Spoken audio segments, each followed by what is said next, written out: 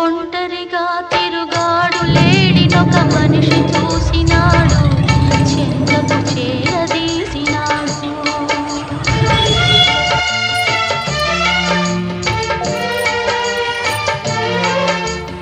అభమో శుభమో తెలియని లేడి అతనిని నమ్మింది, తన హృదయం పరిచింది.